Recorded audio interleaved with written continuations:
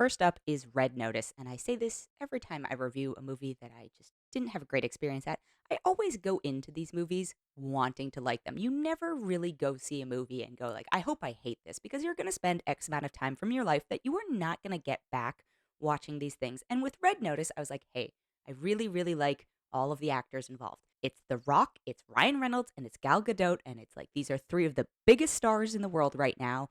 I think they're all very charming. They're all very attractive. What could go wrong? Well, a lot can go wrong. It's not wrong per se, but it's just so formulaic. And the movie is this art heist action adventure type film. And, apparently it's on Netflix. It's a Netflix original. There was a huge budget for it, and yet it felt cheap. And I think it felt cheap because the script feels like it was a paint by numbers of action films. And then it was like, hey, we have to be self referential and we have to be like semi self aware. And we're also trying to rely on the chemistry between the leads. And it's not that they don't have chemistry, but it felt very forced. And I also feel like they spent more time trying to figure out how to plug their various like side hustle tequila and gin brands than they did on the plot itself. And if they'd spent just a little more time on that and less on product placement, maybe it would have been a better film. The premise is the Rock is supposed to be this FBI or CIA or whatever, US government profiler who's out to catch Ryan Reynolds, who's the second best art thief in the world. Gal Gadot is the first.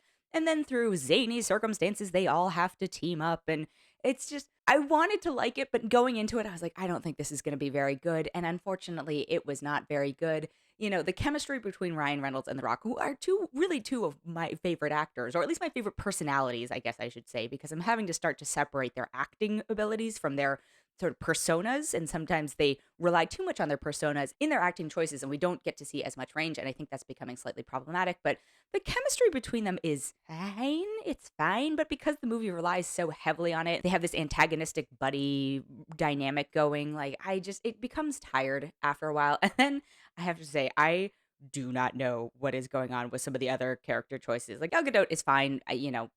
She's beautiful and Gal Gadot-ish and etc. But there's one of the characters, it's Chris Diamantopoulos, who, I'm sorry if I butchered your name. I know him from Silicon Valley. He plays Russ Hanneman, the billionaire with the Tres Camas tequila. Another tequila plug for you there, although at least that one's fictional. And he is doing this accent in the film that I thought it was a joke. Like, I don't even know what it's, maybe it's a little almost like Bela Lugosi-ish.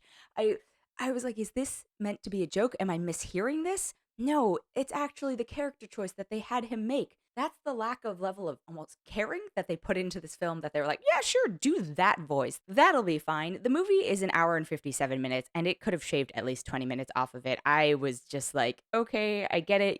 We have to jam in our big budget action sequences, which don't feel particularly innovative. I didn't find there to be anything not only exceptional about the film, but even really original about it, even though it's technically an original film. It's like, it's hard to get original films made these days, but I've talked about this extensively before. The whole Netflix movie of a week thing is becoming very disconcerting and grating.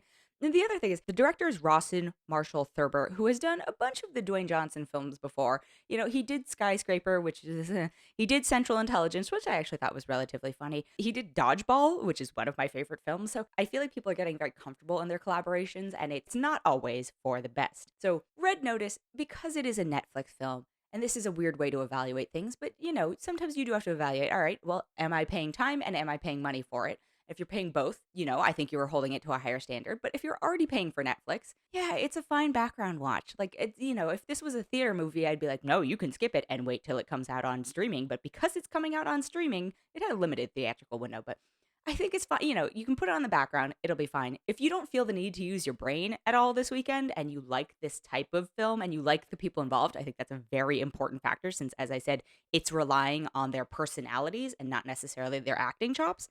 Like, if you like all those things, it's fine. Throw it on in the background. Grab some popcorn at home. You'll be fine. But if you were on the fence about this already, then this is probably going to be a hard pass. I'm going to give it 2.8 out of 5, and that might be being a little bit generous. The other film I have this week is called Passing, and this one I saw way back in the beginning of the year, and it's finally coming out also on Netflix.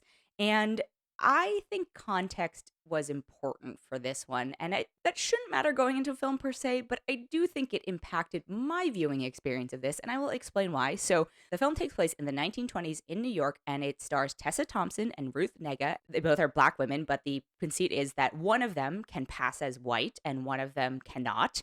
And they were, friends before, and then they reconnect. And so it's about the differences in their experiences. Obviously, race in New York and race at that during that time, huge, huge factor. I think also one of the important factors is that one of them is in relationship with a white man and one of them is with a black man. And it's just, it's sort of the various paths that they've traveled and how people's perceptions of them have impacted those paths. So it's directed and adapted by Rebecca Hall, who is an actress, and it's her, debut as a director, and that was a big selling point for it. And my initial reaction to it was I don't know if this is a white woman's story to tell.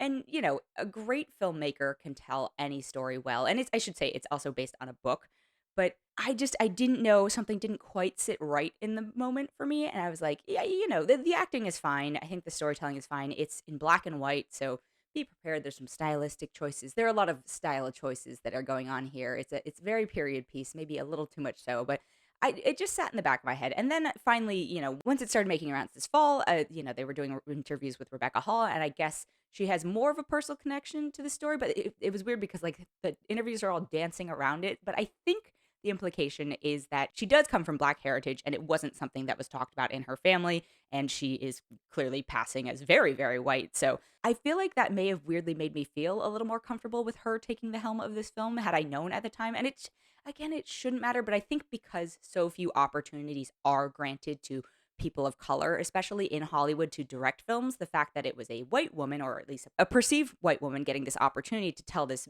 pretty black story was like it just didn't quite mesh for me. And again, I would actually say because Rebecca Hall is very passing as white, I still have questions about it, but it shouldn't matter. But it did for me just because of like larger cultural conversations.